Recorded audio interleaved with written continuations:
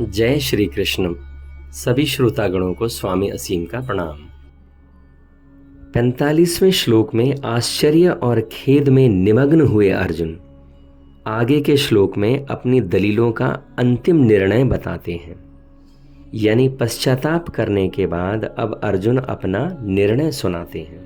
46वां श्लोक इस प्रकार है। यदि माम प्रतिकारम शस्त्रं शस्त्रपाणयः धार्तराष्ट्रारणे हन्युस् तन्मे क्षेमतरं भवेत्। एक बार फिर सुने।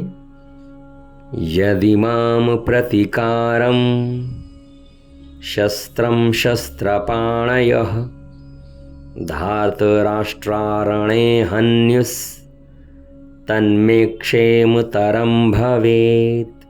अर्थात यहाँ अर्जुन कहते हैं, यदि ये हाथों में अस्त्र शस्त्र लिए हुए धृतराष्ट्र के पक्षपाती लोग युद्ध भूमि में सामना न करने वाले मुझ शस्त्र रहित को मार भी दें तो भी वह मेरे लिए बड़ा ही हितकर होगा, कल्याणकारी होगा।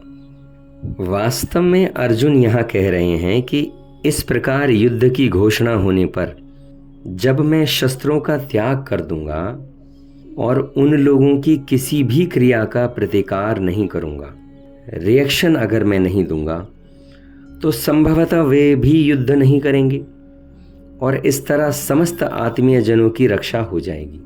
परंतु यदि कदाचित वे ऐसा न करके मुझे शस्त्रहीन और युद्ध से निवृत्त जानकर मार भी डालें तो वह मृत्यु भी मेरे लिए अत्यंत कल्याणकारी होगी, क्योंकि इससे एक तो मैं कुलघात के पाप से बच जाऊंगा, दूसरे अपने सगे संबंधी और आत्मीय जनों की रक्षा कर पाऊंगा और जो कुल रक्षा जनित महान पुण्य कर्म है उस कर्म से मैं परम पद की प्राप्ति कर पाऊंगा।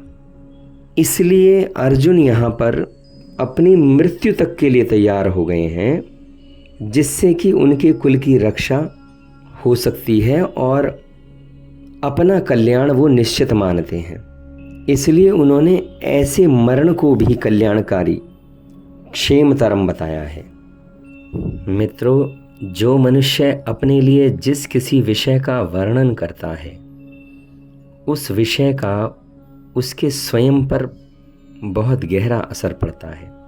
अर्जुन ने भी जब शोक में होकर 28वें श्लोक से बोलना आरंभ किया तब वे उतने शोक में नहीं थे जितने वो अब इस श्लोक में दिखाई पड़े।